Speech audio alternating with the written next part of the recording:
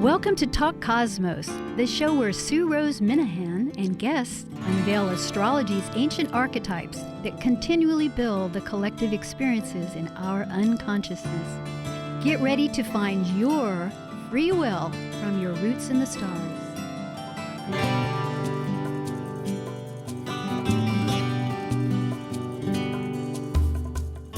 Hello again, this is Sue Rose Minahan, Talk Cosmos, and tonight is August 17th, and we repeat this show next Thursday on the 22nd of August, and that'll be the last day of the Leo archetype. Tonight's topic is heartfelt life. It is Leo, and it is in the axis of Leo Aquarius. And so we're adding a little subscript of using astrology tools as we weave that in tonight. Leo is the whole heart. And as Lucille Ball, a little quote I happened to see when I was listening to the music here in Seattle, if you have that on your television, and they have little scripts, it says, love yourself first. You really have to love yourself, and everything will fall in line. That's Lucille Ball, and for anybody that may not be aware, she is one of the great comedians and a real legendary female activist, you could say, in that field, because she really made her own show, and she still has lots of reruns. So I would take her advice. I think this is good. It's so easy, perhaps, to give love to others, but you have to remember yourself. So with this conversation, I am most blessed, actually, to have a wonderful Seattle astrologer, Karen Wennerlind. That's Wennerlind, and she is a Seattle astrologer. In fact, her website is seattleastrologer.com, and you can get a hold of her as Karen at seattleastrologer.com. And I mention that, although it is on Talk Cosmos, if you go into our site, all the guests are there and the information. And she has been a professional astrologer here for many years, 28, and involved in many aspects, Western, Uranian. And for those that are not astrologers, well, you can learn these ideas. But she's also horary, which is a class I happen to be taking, and I just love. She does give online classes. And tarot, a medium. She's client-centered consultations. She teaches, as I indicated, does workshops, has a study group. So very active. And also in the Seattle area, for those, because we are AM radio, and for those that are not just online, going through our app or Podcast One, where you can also listen to this wonderfully. But it is on the radio, so if you click on 1150 KKNW, that's where we broadcast from.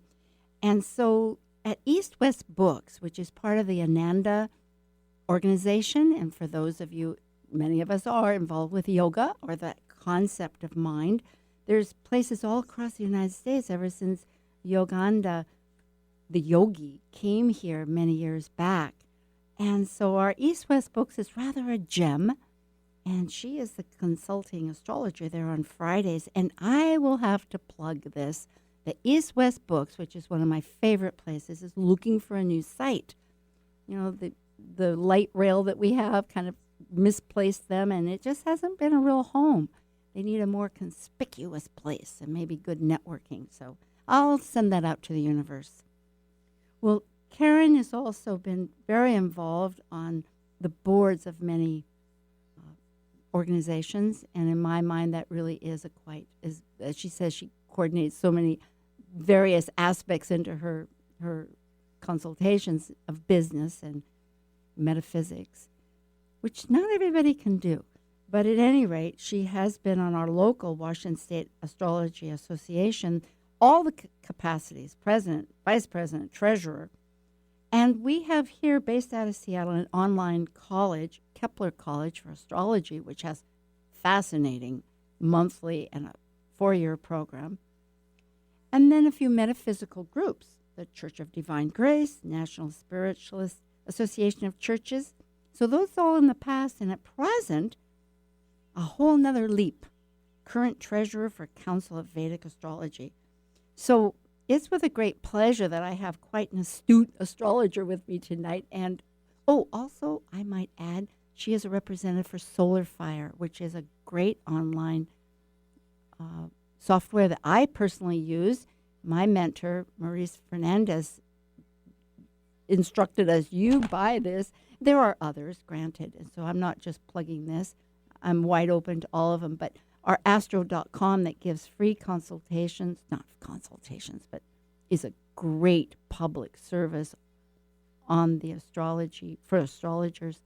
But there's levels to reach, and there's more technological things involved. And that's why I said we're having this sub-level of how the astrologer who loves what they're doing can learn from Solar Fire. So I hope all of that conveys. And now I will say hello, Karen. Hello, Sue. How are you tonight? Well, I'm fine. It's really a treat. Yeah. A surprise treat, because I've seen you at the WASA meetings, and then I didn't realize this edition of the Horary, and I'm just loving to learn it. It's once a month. Yeah, there's so much to astrology. You start off with just, I need to know about me and who I am and what I'm about and how can this thing happen anyway? You know, it's like, how can I make it not happen?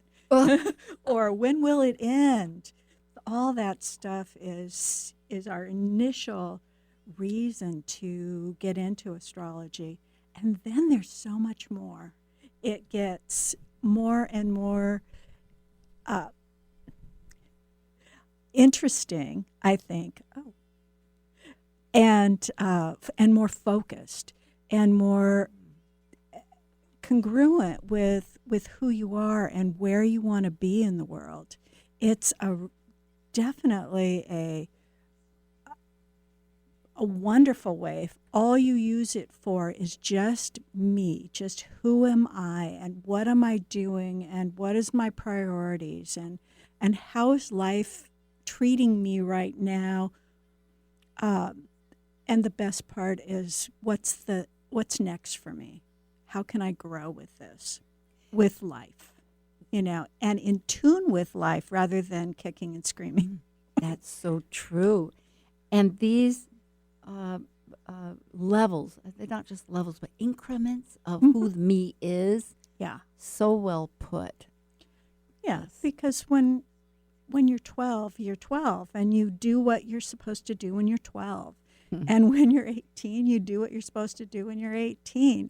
And those stages of our life, when we're 30, when we're 42, you're not supposed to know beforehand what it is or how that is. You don't have the capacity to ask the question even. And so it's natural, it's called normal to be continually kind of going over some of the same material even. I'll often have long-term clients who say, you know, I thought 5 years ago I had really dealt with this issue, you know, whether it's my mother or some family drama. I was sure I had dealt with it, but all of a sudden it's really important to me again in my life. And it's like, no, we're never over it. But we learn at a different level and with a different kind of understanding and integrate it more, forgive it more, or get mad about it all over again. In a fresh way, yes. In a brand new way. That's right. Which is all perfect.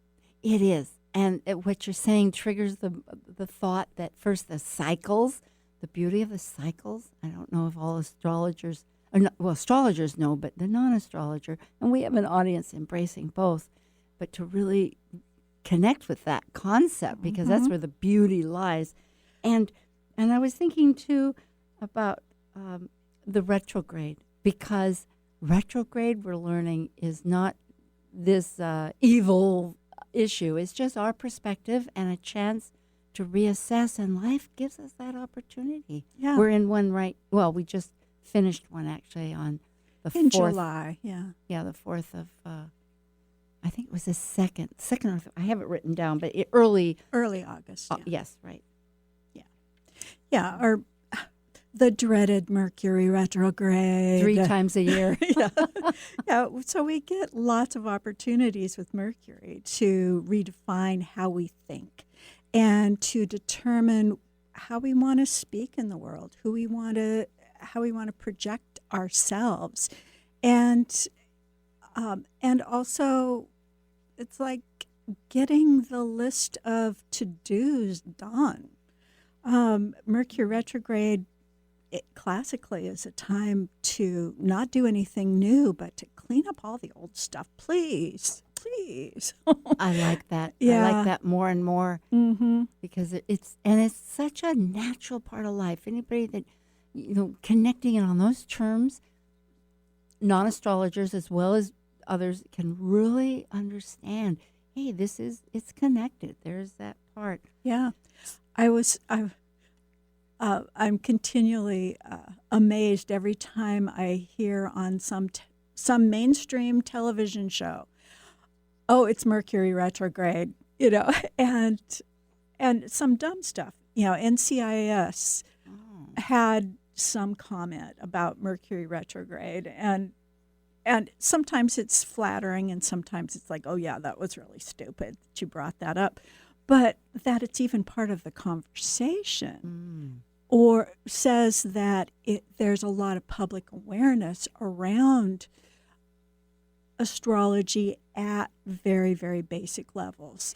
And that gives more breadth. People know what their sun sign is. Maybe they know what their moon is. Maybe. But pretty much a lot of people know our Mercury retrograde friend. It is interesting thinking that it's the first planet from the sun. So, of course, with all the sun astrology, and then Mercury's moving out. Well, going back to the sun and Leo, that giving energy, that archetype that we're in, that ever-descent, life-supporting, joyous part of us, that when we can connect with what we love. Yeah. Such a... Yeah, and the idea with Leo is to be wholehearted. So the late July, August period is a period that it's like slow down and just connect with who you are. Who is that person and who do you want to be? Because just to be immersed in Leo, it's like, how do I express myself in the most positive way? And show the people that I care about how much I care about them. There's a real generosity of spirit with Leo, and I think in the high temperature kind of doldrums of summer when we're all just tired, it takes a lot of energy to be nice and not be snippy and tired and cranky. So it's like to have a generous spirit, to feel connected with people rather than separate from them.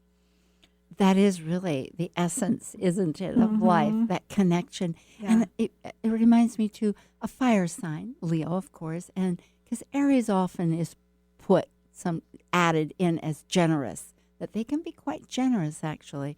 And I know one wonders how, but yes, that because of the polarity with Libra, it's giving. They're generous with their causes, maybe generous with what they're fighting for. There's various ways to think about that. But they're fire. Yeah, they're it's fire. And the fire is that deep enthusiasm. Yeah. And each of the fire signs does that kind of enthusiasm, connection to life in a different way with a different kind of purpose. And so our Aries friends are explorers. It's like all new and it's exciting, and what's this next thing, and how can I do this, and the experience of it, just for the raw experience of it. And true when it comes to the trine, the 60 degree, which I'm mentioning partly for audience thinking here, of the next fire sign, which we're in, Leo, it culminates what they started in Aries, in not the defining factor, but just the fulfillment of it. Yeah, because Aries' job is to find out who they are.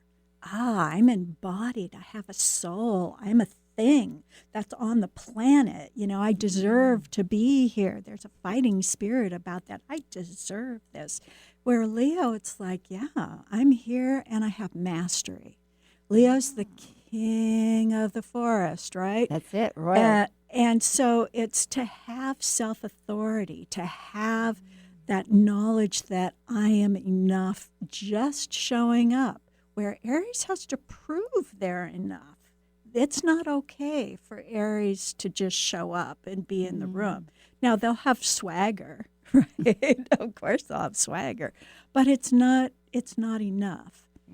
Yeah. But in Leo, it's like it's to be in your own skin and to be wholehearted.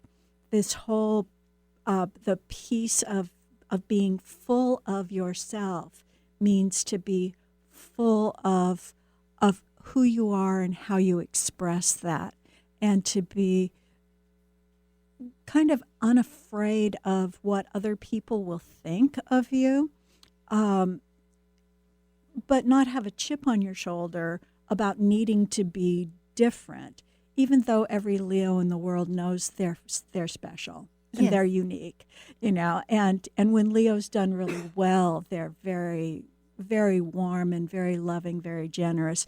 When it's not done very well, they can be little tyrants, little bully pulpit tyrants. Well, it is interesting because it's like, why does one give?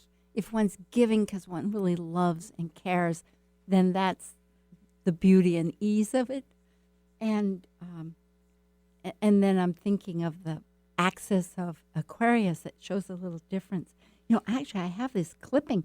I've saved it since February, and it says, in so many words, we remain an optimistic bunch, because the idea was is that it was positive words, and they surpassed the negative ones. They were doing all kinds of studies, and they're using it to see how one nation might talk about another, and et cetera. But it seemed, even though this goes along with the idea that you're bringing it up, the positivity, and what a wonderful feeling to feel like that confidence of self is really to be, one can love their self for what one is and go ahead despite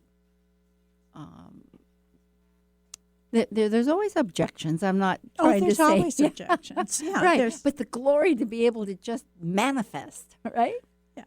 Well, and to just, it's okay just to be, and it's okay just to be different. And it's, instead of being one right or wrong, the Leo point of view says yes and, rather than either or. Oh. It's yes and. Oh, I love it.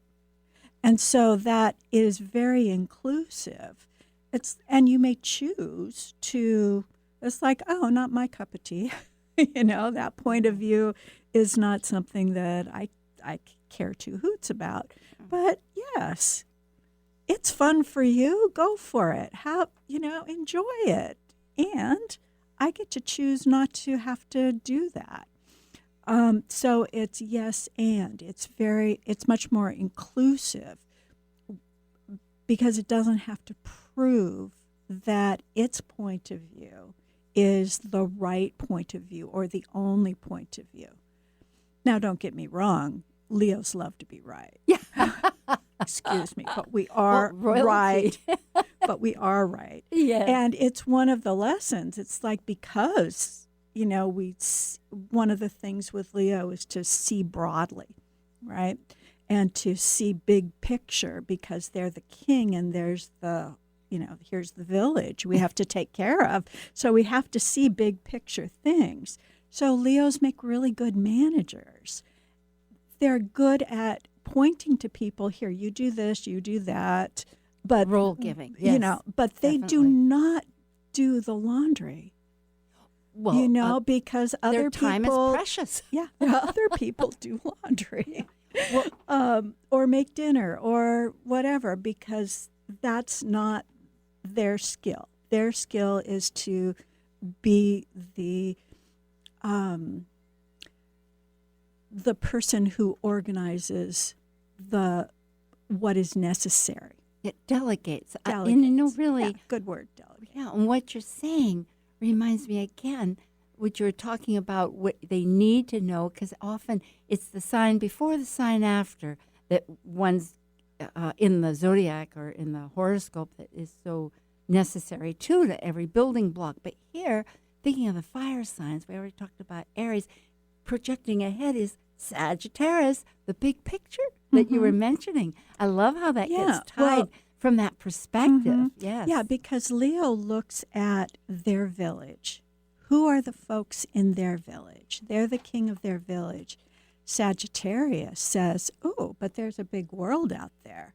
So how can I be a representative of a bigger government or a bigger ideal or a bigger point of view, a philosophical or religious perspective, where Leo is more concerned with the practical day-to-day things of do the sewers work, and how do you get water from here to there, and does everybody have enough food to get through the winter? It's Leo's very practical. Sagittarius is the philosopher king. This is fascinating, Karen. But there's aspects I think I understand. I have a Leo Pluto, I'm of this generation. So I of course know and love many Leos, but I had not thought of, because I know it's royalty, but this governing aspect. But it reminds me back at UAC in Chicago last year in 2018. And for those, that's United Astrology Conference. It's every 4 to 6 years somewhere, and organizes 4 different, at least 4 very large memberships. So it was in Chicago, my first time. There's like leap year, been consecutive, right? It's like my 4th. Yeah. It was fun. Oh, it was Very good. fun. And I went to a museum of the Oriental of Art. And there, I'm focusing in on royalty here because it was fascinating. It's about very ancient times, Mesopotamia with Sumeria. It was as though I was visiting that country, which no longer exists in time because of all the artifacts and all the marvelous information. And the one, I'm trying to remember just how, I know. Oh, boy, the code. Hammurabi's code. Hammurabi's code, which is a great ruler of the Mesopotamia time. I don't think it was Egypt, because it also involved Egypt there. Yeah, it was somewhere in Mesopotamia. Good. Okay. So it's a tall, it's a maybe 6 feet high, if it is an accurate replica, and the more or less 4 sides, and hieroglyphics or not, but the language of the era. Yeah, thank you. The symbols, yes, all over it. And the whole idea was, in other literature I read there, that governing had all these duties, which you are mentioning. Yes. And it was a real revelation because, when things, I often think of the Leo delegating the stage, like you're the cousins, you're the aunt, or else this is your capacity, because to feed into this stage opportunity.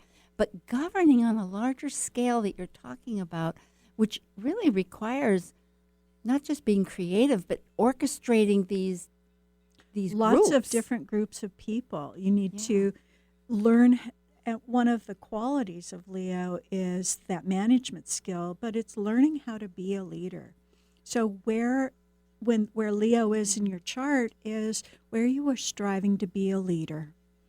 And so even though you're not necessarily have a planet in Leo, in your chart, it has a space where it lives. And every time a planet moves through there, it kind of wakes that up and says, ooh, where do I want to become more skilled? Where do I want to shine? Where do I want to show that I'm capable and able? Where am I a good manager?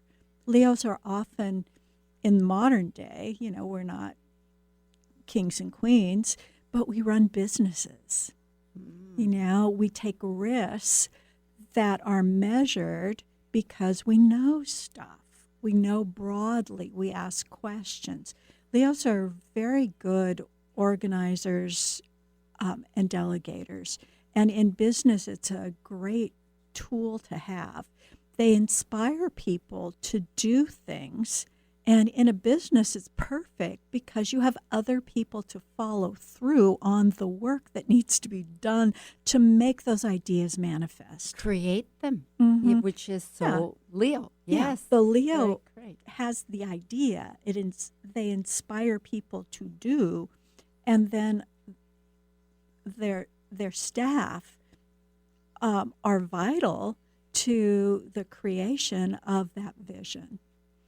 And a good Leo ruler is very supportive of all those people who are assisting in either their business or their group or organization. Yeah, They're typically a pretty good boss, not always, but nobody's perfect. well, no, there's pros and Right. cons. And that's the beauty of astrology. We Yeah. realize the shadow side, and that's why we have the polarity, too. Because I keep thinking of the networking with Aquarius and how even with astrology, of course, it's given in one case. I mean, there's other signs like Pluto, Scorpio in a certain way, but Aquarius and Uranus. But here, which is the opposite of Leo, I'm realizing how many astrologers that come to mind that have strong Leo, and particularly on the ascendant that teach, or that have strong Leo.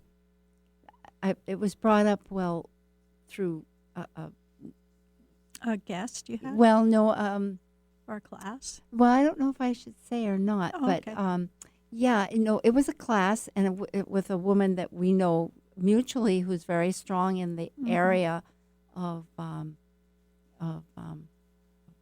local astrology and whatnot. And so, and I've been noting so many people have Leo rising or strong Leo in their chart. You teach and you have strong Leo. Yeah, Wow. and the astrologers. My astrology teacher was an Aquarius, and such a good networker, just phenomenally good networker. Yes. I just noticed we'll take a brief little announcement break. This is Talk Cosmos with my guest is Karen Wennerlind of Seattle Astrology, and we're talking about Leo and the full heart. We will return.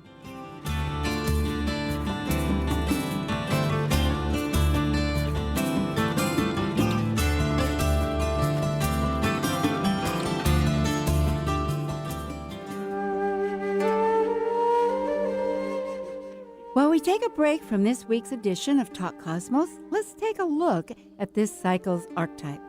We are currently in the Yang period of Leo, ruled by the solar sun. Having departed from a cycle based on the internal process of emotional attachments requiring security and safety, the energy of Leo externally manifests our legacy through children and artistic creations. As a fixed Yang fire sign that desires to ignite actualization, Leo the lion takes the risk to generously exhibit love and welcome all to share their stage with joyous pleasure for living life. Hi, this is Dan Kusel, Jungian psychotherapist and astrologer, and you're listening to Talk Cosmos on Alternative Talk 1150 AM, where we explore the connections between the movements of the planets and the evolution of consciousness. Alternative Talk 1150, local talk for the body, mind, and soul. Hello again, Sue Rose Minahan, Talk Cosmos, August 17, repeating for those people listening on Thursday morning at 6 a.m. on the 22nd last day of Leo. And we are talking about Leo, about full-heartedness. And it is in the axis of Aquarius, and we had just left off some comment about the Aquarian energy that is so necessary in everything of a check and balance and a fulfillment of it. And so with Karen Wennerlind, that is my guest tonight of SeattleAstrology.com. We will continue with some thoughts about that. Yeah, our wonderful Aquarian energy takes the I-centered, me-centered world of Leo and says, how do I take this heartfulness and pull it out into the world? Because Aquarius is about taking your ideas and spreading them in the world. It's networking it. It's making it bigger and larger. It's about so much about learning and, kind of spreading the news, whatever it is. And Leo is, it's like my village, my home, my family, my community, my kids' baseball team. It's meant to be small. Aquarius says, get bigger than that. Let's go out into the world in some way and take your ideas and do something else with them. To elevate, yes, and improve. Mm-hmm. It is that vision, like lightning, seeing the new good picture. And I guess, too, thinking of that way, what are other people's little villages like, and on a broad and networking with common mind. Mm-hmm. Yeah. So the astrology tools of learning, first casting a chart or hopefully with one's time, it's so important, and location, because we are incarnated as a spirit at a time and a place. Right. That's why we have the physicality. Mm-hmm. Yeah, and there are many tools that a beginner or just a casual observer now we have the internet. Oh my gosh, Wonderfully fabulous thing. Yeah. And from a very simple tool like Astro.com, where you can know your birthday, birth time, and birthplace, and be able to plug that in there and get a chart that says, here's what my ascendant is, here's my house systems, here's where all the planets are located in my chart. And then you can go about looking on the internet for what does all that mean anyway. That's so true. The information's abounded Yeah. from so many sites. And Astro.com, at a good level, gives many opportunities. I know Solar Fire expands on it, but you can find your birthday solar return on your birthday, how those transiting planets are affecting, or two charts, a synastry or a biwheel. There's all these terms, Mm-hmm. and even more advanced. So it is a tremendous opportunity, and they have little literature and and there's too. lots of the only problem with the online resources is they're spread out all over the place. Okay, so you have to go here and there and here and there and search for them. And so eventually, as you become a hobbyist, it's like, ooh, now I want to do my friends and I want to do all my family, and here's somebody who I talk to at work and they're interested in learning more about themselves, and we'll kind of just go through this together. You will go beyond the ability of some of those other programs to help you just because you've outgrown it. I think in particular why my own instructor, Maurice Fernandez, suggested is that because on Solar Fire, for instance, there's the ability to see every planet in its degree. And I don't know if Astro.com does that. But then again, there's so many different... Let me ask a question. When you use... Because I am interested... I use Solar Fire, and I'm not trying to just plug it, but it is fascinating to think. As an astrologer, what are the main abilities that you really love about it? Oh, I love being able to immediately see relocations or what are the transits and the secondary progressions with the natal chart, things that you can do very, very quickly and see all at once. I've Oh, and been doing astrology for 30 years, so I can look at 5 wheels superimposed on each other all at the same time, and it won't drive me crazy. But that's because I've done it a long time. As you're growing, just seeing the birth chart surrounded by the transits right now, or the birth chart surrounded by your progress chart, or a solar return or an eclipse, to see how that will impact and you. where And in your chart, where right? in your So chart well. it impacts you. And I might say there are these measurement systems. Astrologers understand, well, to some degree, different ones, but progressions is a day for a year, and it's a sense of a measurement that has amazing abilities. And these are a bit more advanced. There's other techniques, but as Karen's talking about, just to use the transits and where they're affecting your chart is so amazing. I know that with this last retrograde, there was a time when I suddenly, you can stop.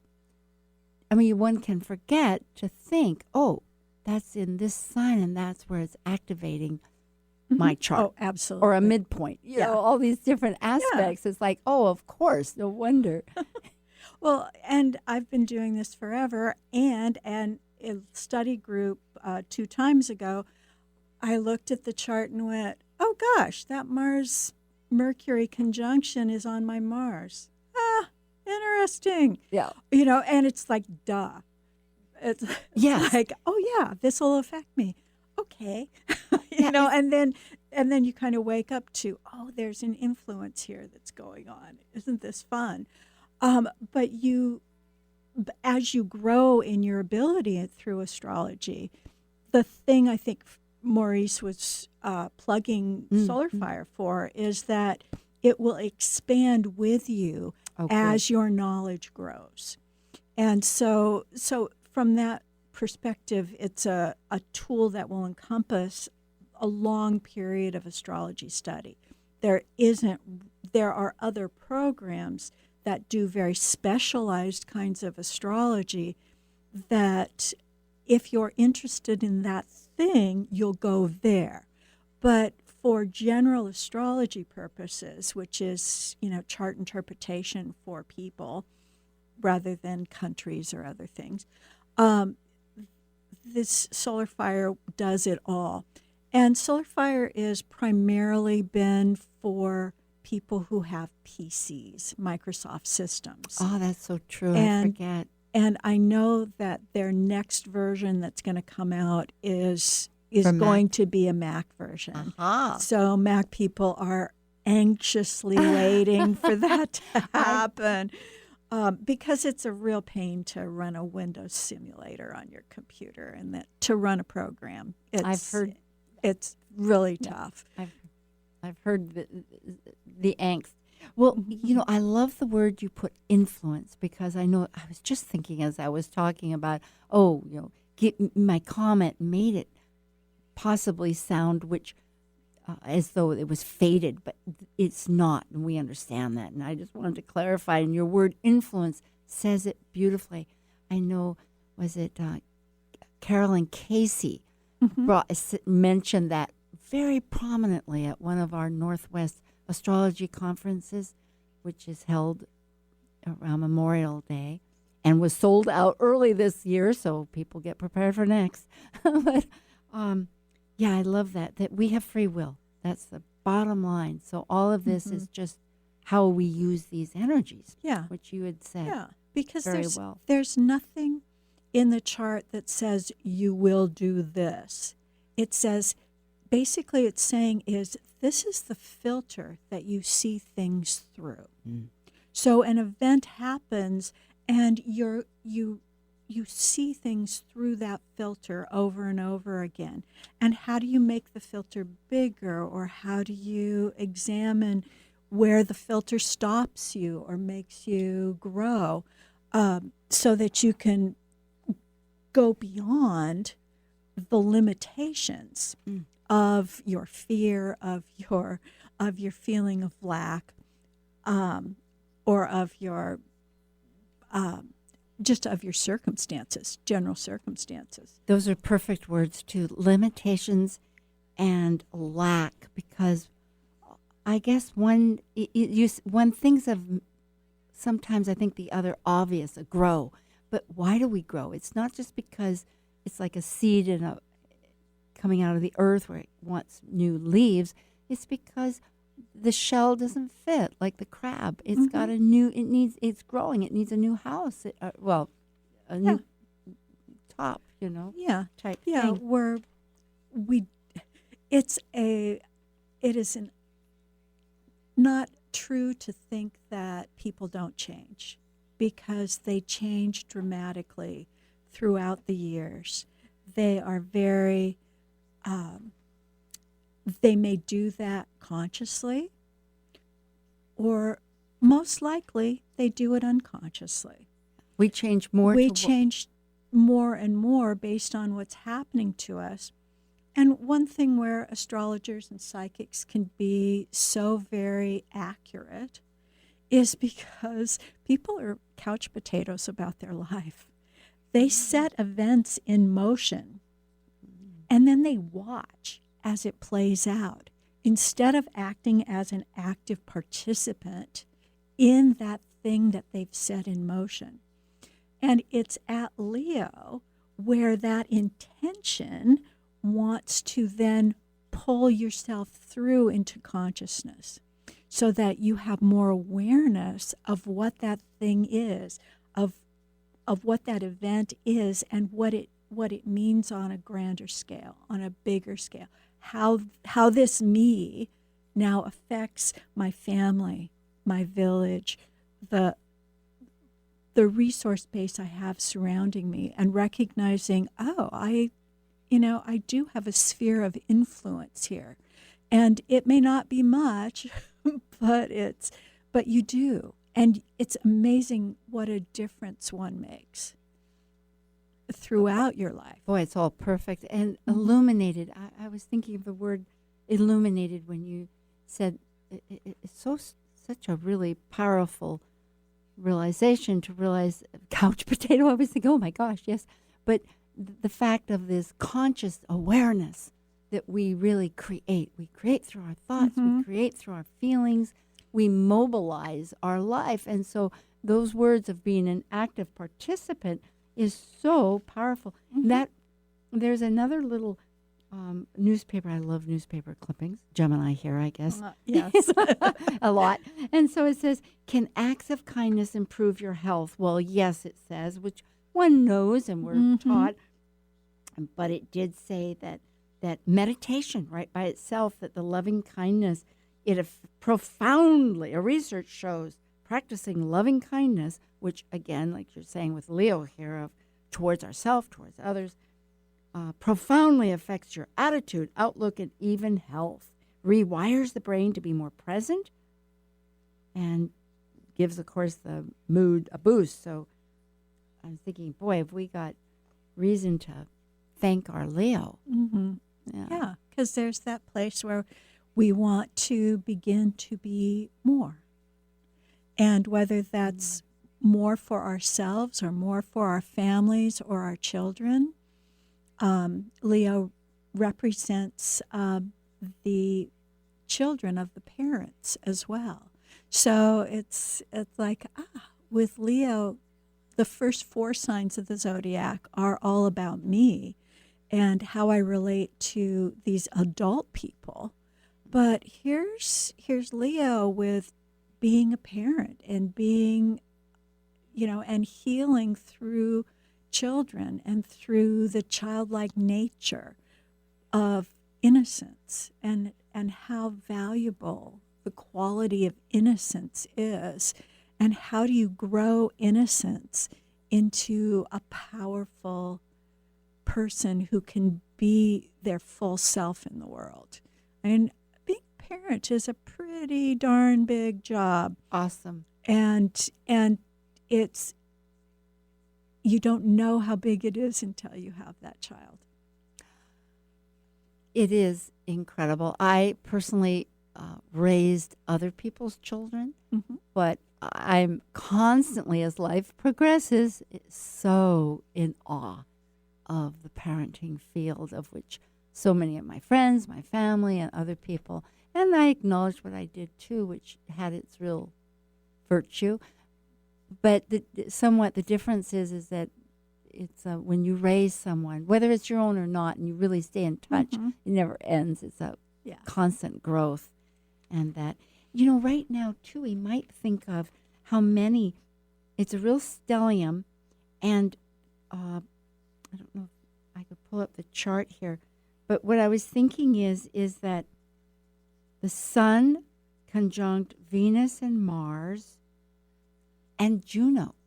There's 24, 25, 27 degrees, and Mars is 29. So they're all in this great little stack. Mm-hmm. And then even Mercury, that just left retrograde, is early. This month. Yeah, early Leo. So there's like a really intensity right now, just as we speak, Mm-hmm. for people this coming week to really. Yeah. One of the cool things with Venus and Mars and the Sun together is Venus is our desire nature. And she's that quality of the feminine, which is to want it deeply, is to desire it. What do I want? And then Mars with her says, how do I make that happen? Mars is the masculine energy that says, I go out and I achieve it. And when they're together, Mars has a very defined purpose. It's like she says, go, and he says, yes, I got it. And they're a really good team when they're on the same page. And not only are they on the same page with each other, but their soul's purpose is the sun, and their soul's purpose is speaking to all of them, and infusing them with even larger purpose. Mm-hmm. Sometimes we can a lot of astrologers consider Venus to be, oh, you just want red shoes. You want something frivolous. It's a frivolous thing. But the older you get, the less frivolous it is. Yeah, if you're in high school, you just want your, to match your best friend's, outfit. But, and that's like, Click yes, your I heels want together. That. Yeah, I want to make that happen. But as you get older, it's like, oh, well, my desires change. That nature changes. The value. What I value, what's important to me is the next thing. And then I want to take that and put it Mars out in the world. And I want to show my values clearly out in the world as an expression of sun of who I am. Yes. And so it's a very public place, because here's this inner need to express self at a different level. So, we've got a whole bunch of people running for president. Oh boy, Right? 24 or something. Yeah, yeah, and they all have all these opinions, and it's the conversation will get to be more about what do you value, what's important to you, how, and it's already a big topic of who do we want the United States to be, and because there's a value beneath that, and we want our politicians to reflect the values of the people who are electing them.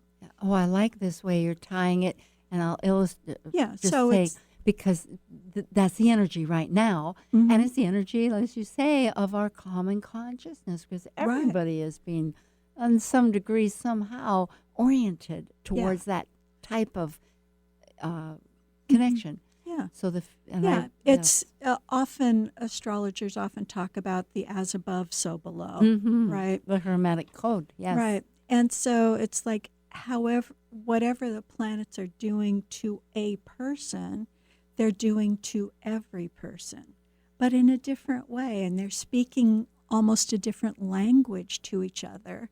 And they're speaking to groups, and they're speaking to societies, and they're speaking to communities, and they're speaking to nations. It's like, well, what is really the important qualities that we want to show and become and be? And is it, in this case, sun, Mars, Venus, and Mercury even, Yes. in Leo? It's like I need to walk my talk with full-heartedness and generosity of spirit to the world. And are we as a people reflecting that?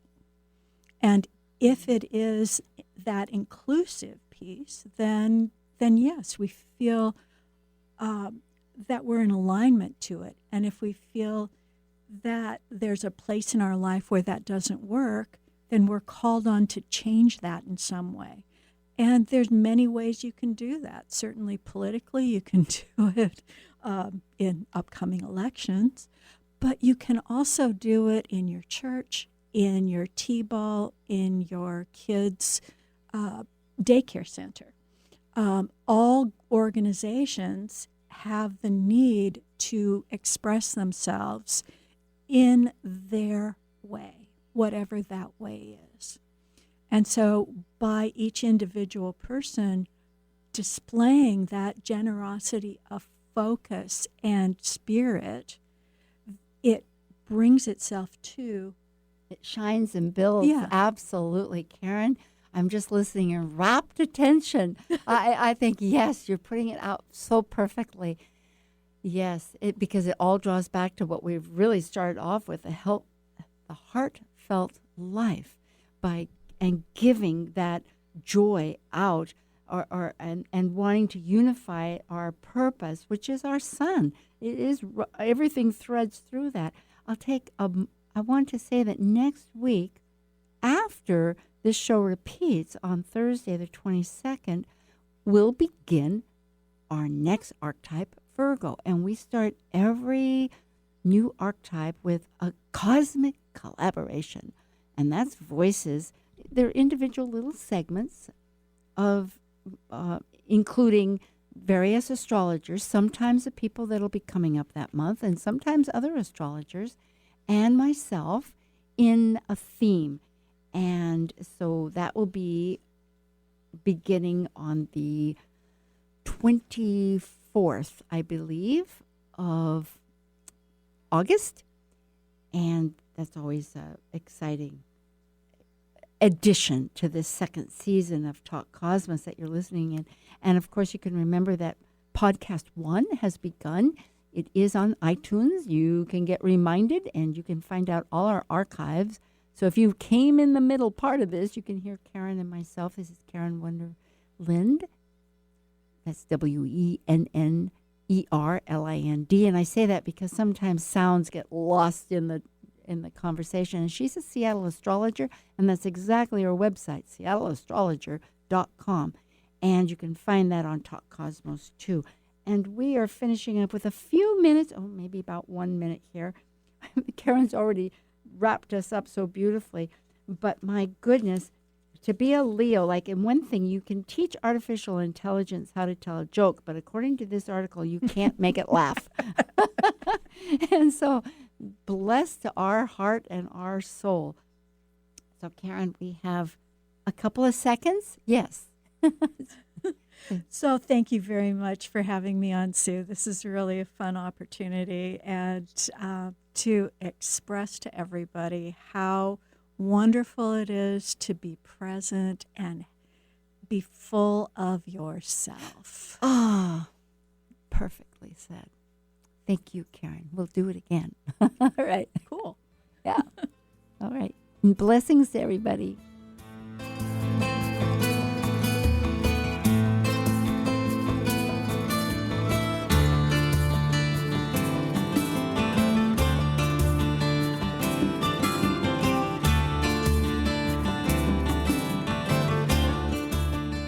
for listening to Talk Cosmos, the show where Sue Rose Minahan and guests unveil astrology's ancient archetypes that continually build the collective experiences in our unconsciousness. Be sure to tune in next Saturday at 6 p.m. to continue finding your roots in the stars.